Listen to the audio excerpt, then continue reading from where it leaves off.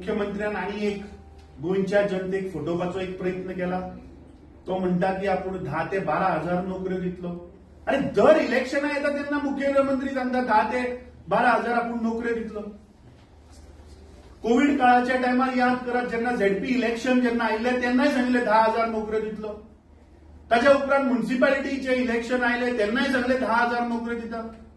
ताच्या उपरांत 2022चे assembly election आयले थंय सुद्धा आनी सरासर गोंयच्या युवकांबरोबर तांच्या भविष्याबरोबर हे खेळटात. थंय सांगले आम्ही नोकऱ्यो दितले.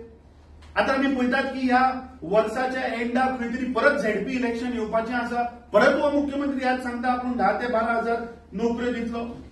मुख्यमंत्र्यान पयर स्टेटमेंट केलो ऑन द पहलगाम अटॅक की काश्मीर आमचे आम्ही कशे ते सोडचे ना आमी परत घेतले. सो म्हाका दिसता त्याच कॉन्टेक्स्टान मुख्यमंत्र्यान स्टेटमेंट करपाक जाय की म्हादय गोंयकारांची आनी आमी परत घेतले म्हणून. फाल्यां 4 वरांचेर दिवजा सर्कला कडल्यान आमी एक पीसफूल आमचो मार्च स्टार्ट जातलो टू आझाद मैदान आणि 4:30 वरांचेर आमचो जेन्ना मार्च थंय पावता तेन्ना आमचें अभियान आझाद मैदाना वयल्यान चालू जाता.